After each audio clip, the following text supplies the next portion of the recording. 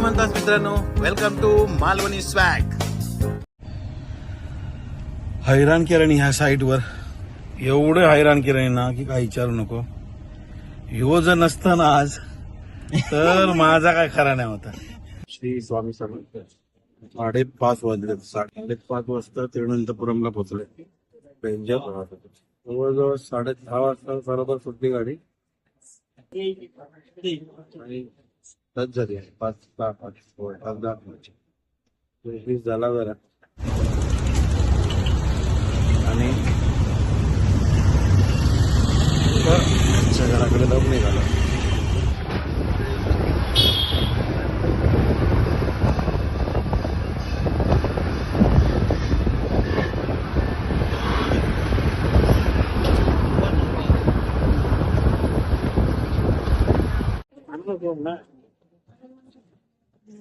तिरुवनंतपुरम राजेशच्या घरी पोहोचलो. हे गावात मंदिरात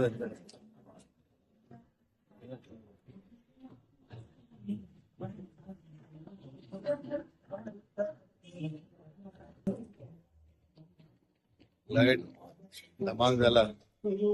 नवाश एवढं झालं ना काही विचारू नको. जाऊन झोपणार. 10 वाजता साईट वर जायचा. 10 वाजता निघाव मारा.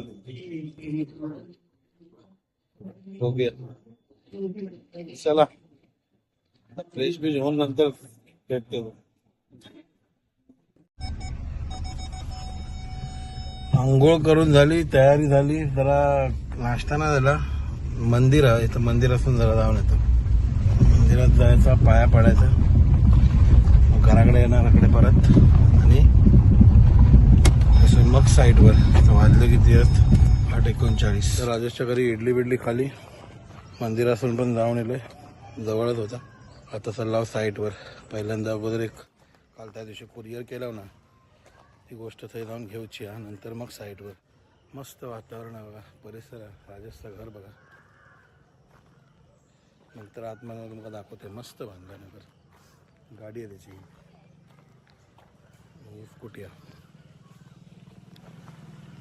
आणि माड थोडं 5 माड काय बोललो मग त्या बाजूला असे सोबवताली.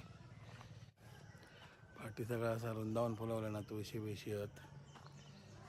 कसल्या झाडं आहेत काय माहिती नाही. या सदाफुलीसारखे आहे बघा.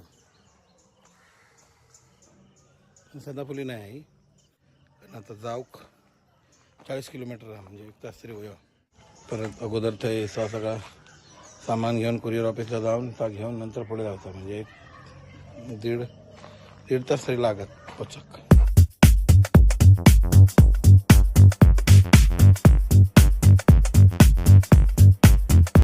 राजेशचं गाव आहे, त्याच्या कारने आता आम्ही चाललो.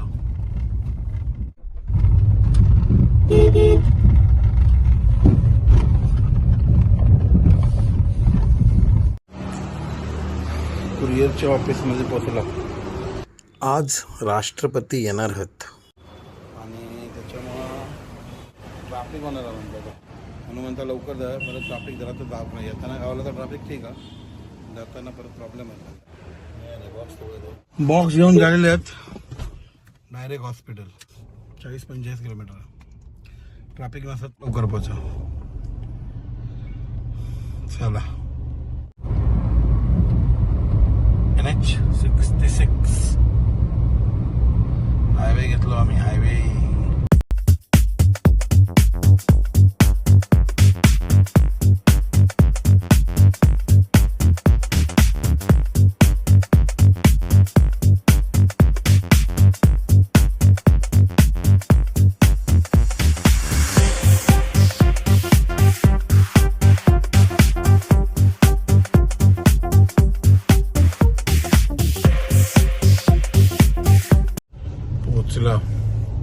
साईटच्या बाहेर. पहिला काम पुरा करणार आणि मग काही ना काही फिरते काय असत तर बघणार. माहिती नाही, आता बघूया.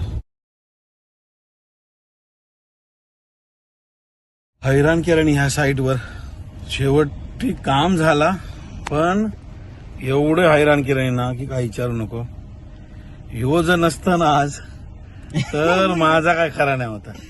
म्हणजे लिटरली ना, काय त्यांचा चाललेला ते, काय कोणी डेमो व्यवस्थित घेतलेला नाही, काय नाही. आणि साईन करता करता झालो त्यांचा तो टाइम. त्यानंतर मी नाही देणार, तू नाही देणार, ह्या नाही देणार, वैताग दिल्याने लिहितो, वैताग दिल्याने. 1 मिनिट थांबा, बेड लावते.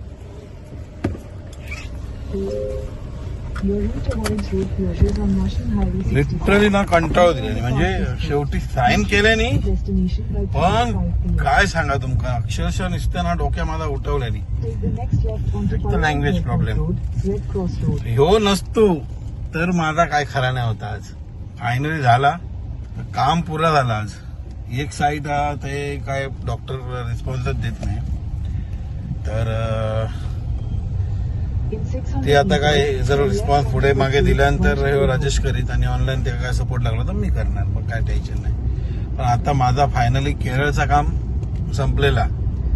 उद्याचा 1 दिवस इकडे फिरणार, राजेशच्या घरी आराम करणार, 1 दिवस काही फिरवीत घेऊन जाणार मी, आणि एन्जॉय करणार. चला बघूया. आधी जेवचा बघता, वाजले किती माहिती आहे. कल्पना आमका 3:30-4 वाजले जेव, आणि मग नंतर मग रात्री परत जेवणाचा प्रॉब्लेम होता. चला बघूया. रस्त्यात आता काय एवढा हा नाही दाखवण्यासारख्या, डायरेक्ट जेवणाच्या तरी जेवूया. संध्याकाळी काही गेला तर मी तुमका आता दाखवेन काय रस्त्यात. बघूया काय काय जाताना आता वेगळा काय दिसलं तर. शेवटी 3 वाजले. हॉटेलमध्ये येईल काय मिळतं.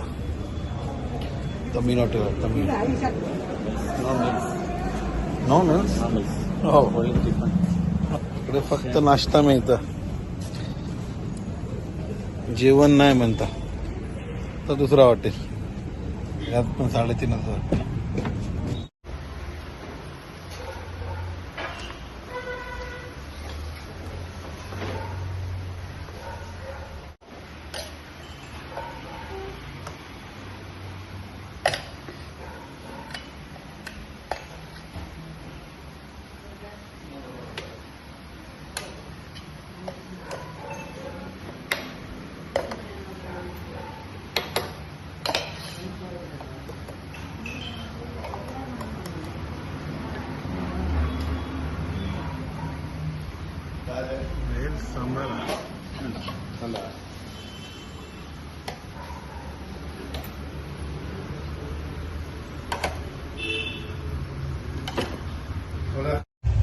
जेवून झाला, निघाला. झोप येता जबरदस्त. जाऊन मी झोपणार, परत आकडे जेवचा, त्याची काहीतरी मशीन परत आणून देऊच्या, झोपतल्या जाऊन.